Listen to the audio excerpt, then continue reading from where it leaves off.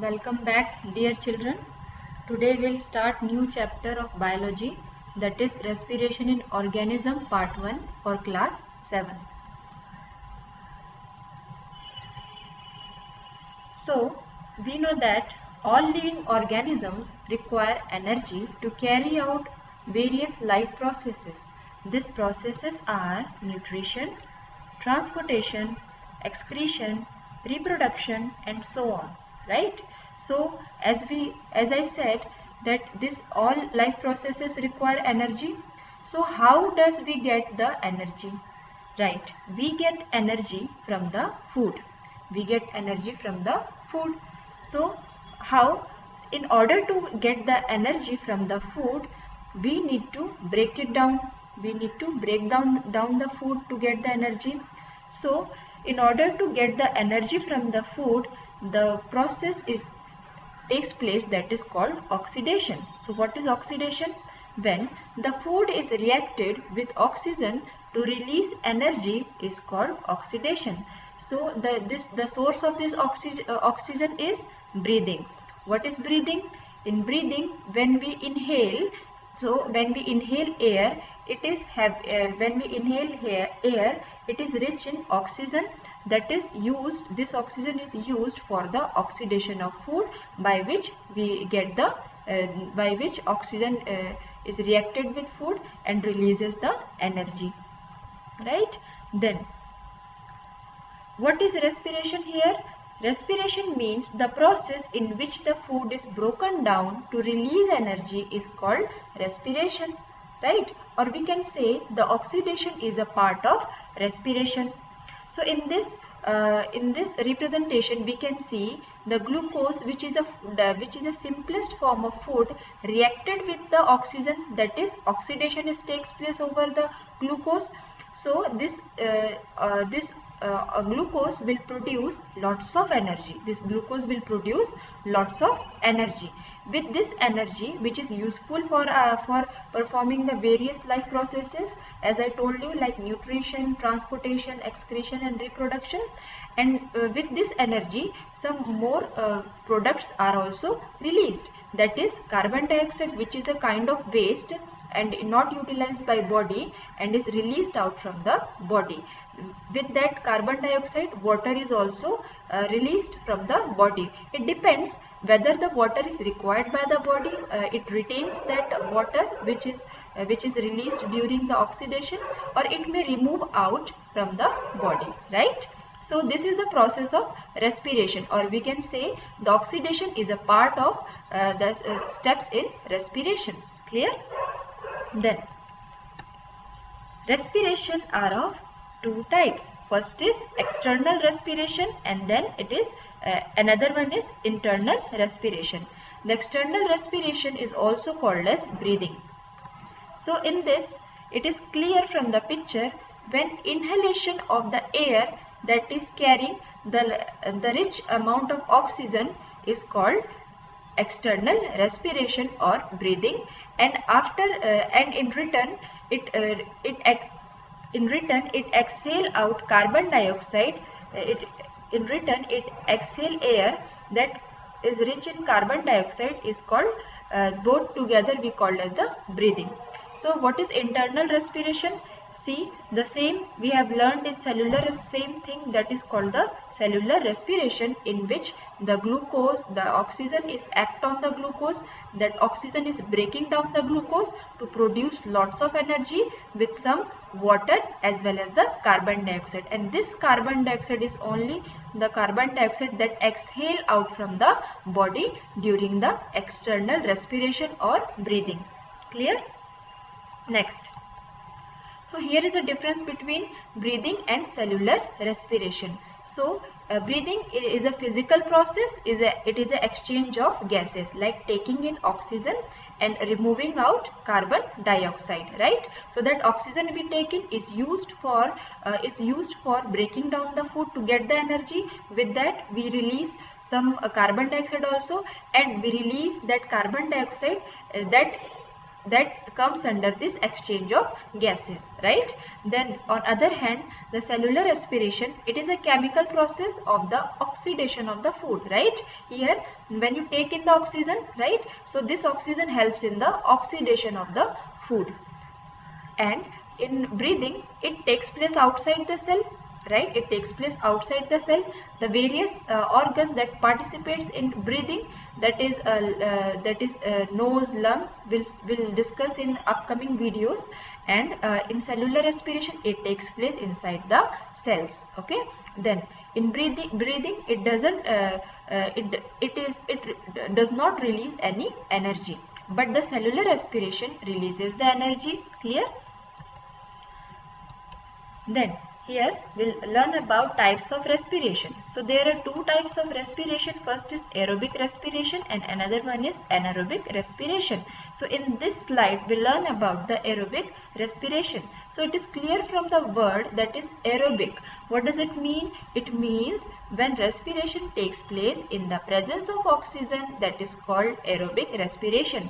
Again, this aerobic respiration is takes place in aerobic respiration takes place almost in all the plants and animals, including human beings, right? So as I told you, this respiration takes place in the cell. That is why it is representing the cells of plant as well as the cells of animals. Clear?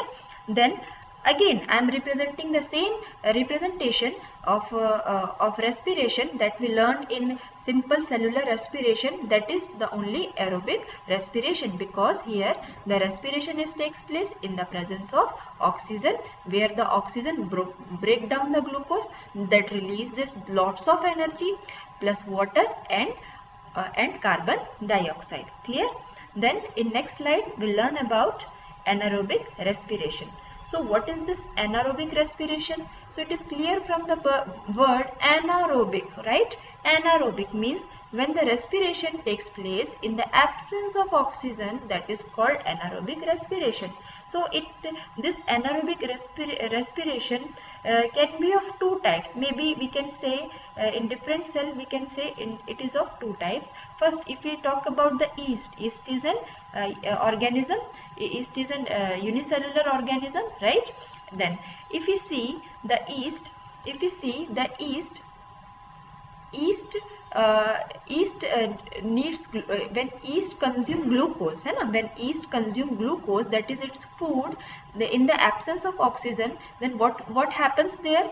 Very less amount of energy is produced as compared to the aerobic respiration. In yeast, very less amount of energy is produced, but instead of producing carbon dioxide and instead of producing water, here the ethanol is produced, right? Here the ethanol is produced plus carbon dioxide is produced, right? So for this the yeast respires anaerobically to yield alcohol. So this ethanol is a kind of alcohol. Here you can see OL. So it represents that it is producing the alcohol. Okay.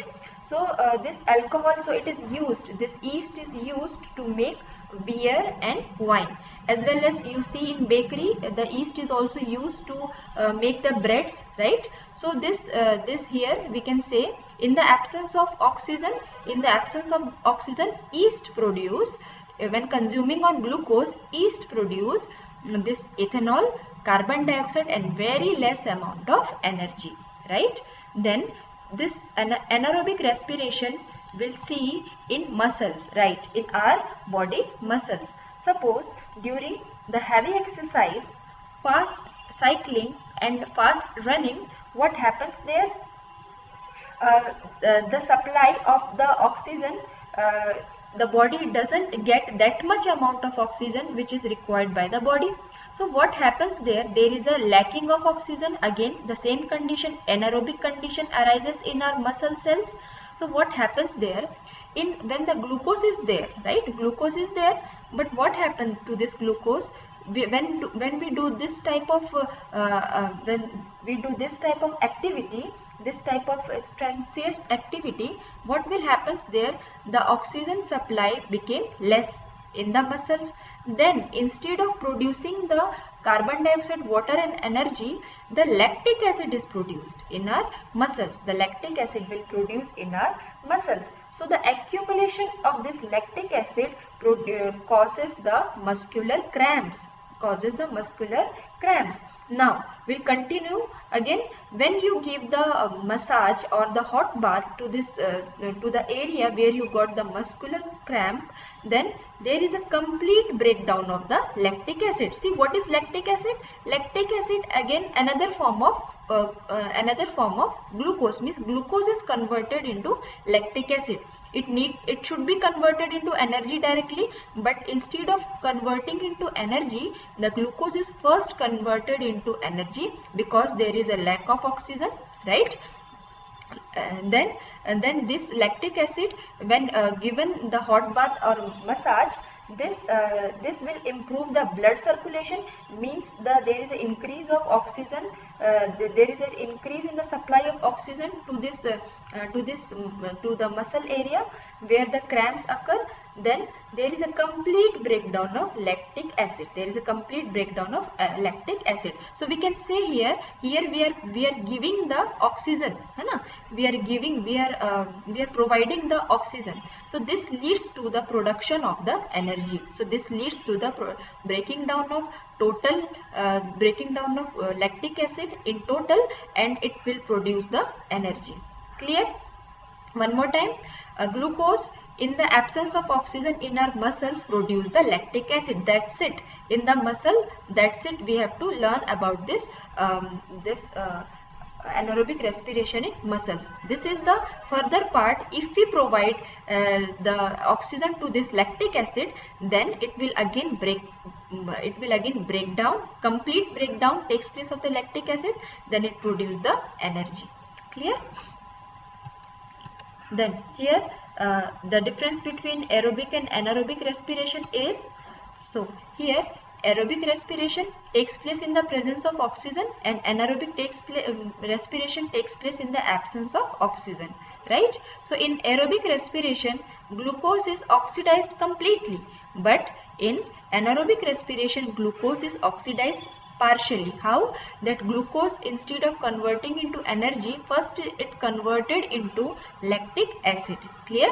Then aerobic respiration, in aerobic respiration, the end products are carbon dioxide and water, and in anaerobic respiration, the end products are alcohol or lactic acid. In case of yeast, the alcohol is produced. In case of muscle cells, the lactic acid is produced, as well as carbon dioxide. In aerobic respiration, the energy released in the higher amount, but in anaerobic respiration, energy release is in very less amount. Clear? Then in aerobic respiration, it occurs in most of the plants and animal, as I told you. In anaerobic respiration, it occurs in yeast, bacteria, and some of the other parasitic flatworms. So that's it for the day, children. Hope you understood the topic, that is introduction for the respiration in organism. In next class we'll start that respiration in plants, and we'll carry on with respiration in animals. So take care. I'll meet you in next video.